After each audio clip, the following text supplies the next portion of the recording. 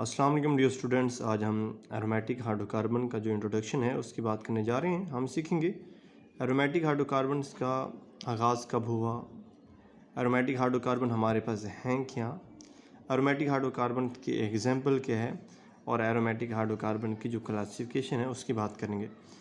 सबसे पहले बच्चों हम देखते हैं एरोमेटिक जो वर्ड है, जो एरोमेटिक जो वर्ड है बच्चों, ये ग्रीक वर्ड से निकाला गया है। कहाँ से निकाला गया है? ग्रीक वर्ड से निकाला गया जो कि एरोमास था। क्या था? इसको आप एरोमा भी बोल सकते हैं, ठीक है।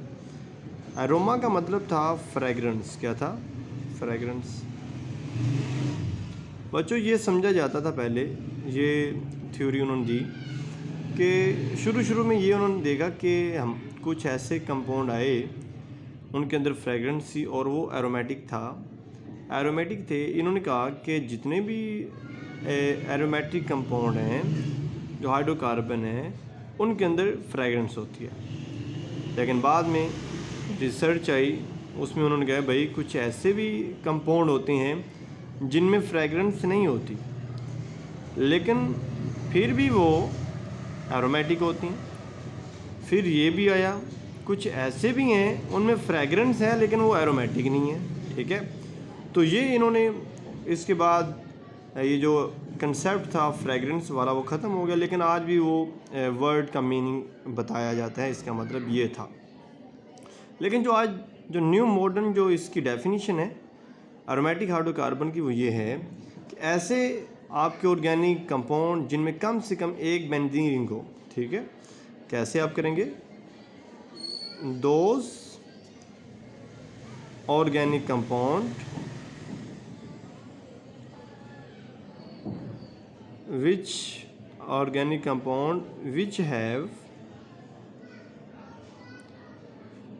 have at least, जिनमें कम से कम at least one benzene ring. ये बच्चों अंडरस्टैंड करना है, ये मेन बात है।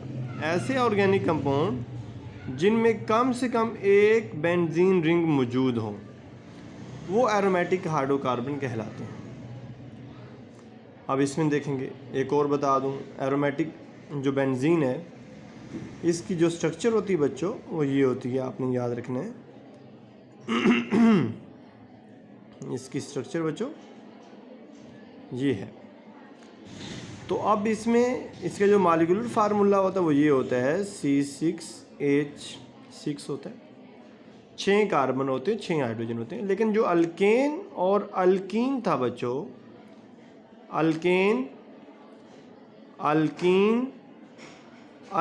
बच्चों जो था, तो अल्केन में हाइड्रोजन ज़्यादा थे, मतलब CH4, मतलब कार्बन की रेशो कम होती थी, हाइड्रोजन ज़्यादा होते थे। अल्कीन के अंदर, इन तीनों के अंदर ही कार्बन की रेशो कम होती थी और हाइड्रोजन की ज़्यादा। लेकिन इसके अंदर कार्बन की जो रेशो है एज़ कम्पेयर टू दीज, तो कार्बन की जो परसेंटेज है, परसेंटेज ऑफ कार्बन, वो हाई है।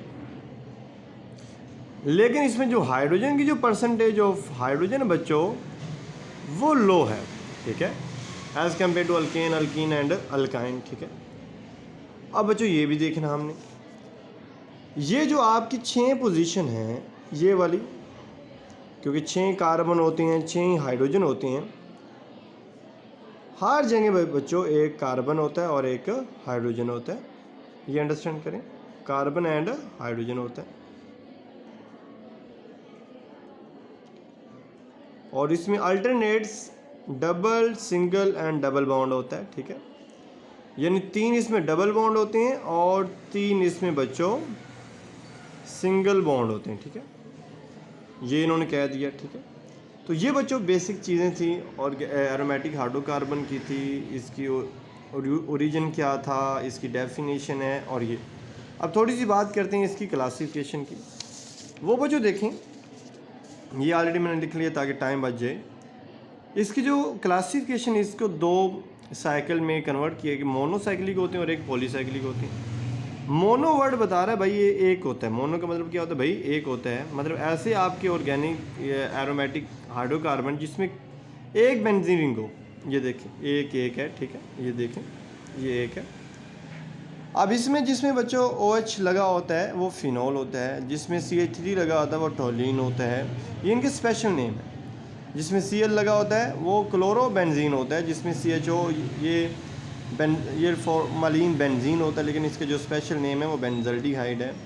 COOH लगा हुआ ये बेंजोइक एसिड होता है, और जिसमें NH2 लगा होता है वो एनिलीन होता है। तो मेन है इसमें एक एक बेंजीन है, मतलब मोनोसाइक्लिक एरोमेटिक हाइड्रोकार्बन है। अब ये पॉली है, पॉलीसाइक्लिक है। पॉलीसाइक्लिक मतलब जिसमें बहुत सारी रिंग मौजूद होती हैं बेंजीन की। इसमें आइसोलेटेड भी होते हैं और फ्यूज भी होते हैं। आइसोलेटेड में मतलब सिंगल अलग-अलग होते हैं। अब दो बेंजीन कार्बन के साथ अटैच हैं तो इसको डाइफिनाइल मीथेन बोलेंगे। अब इसमें दो बेंजीन इस तरह अटैच हैं, इसको बाईफिनाइल बोलेंगे। ये बॉन्ड के जरिए अटैच हैं, लेकिन ये फ्यूज हैं, जुड़ी हुई होती हैं। जिसमें दो बेंजीन जुड़ी होती हैं वो नेफ्थालीन होती है, जिसमें तीन जुड़ी होती है वो एंथ्रासीन होता है, और जिसमें बच्चों दो बेंजीन के ऊपर एक और बेंजीन जुड़ी होती है वो फेनैंथरीन होता है। तो ये बच्चों इसकी क्लासिफिकेशन थी। आई होप सो कि आपने इसको अंडरस्टैंड किया है। मिलते हैं नेक्स्ट इसके टॉपिक के साथ, तब तक के लिए अल्लाह हाफिज़।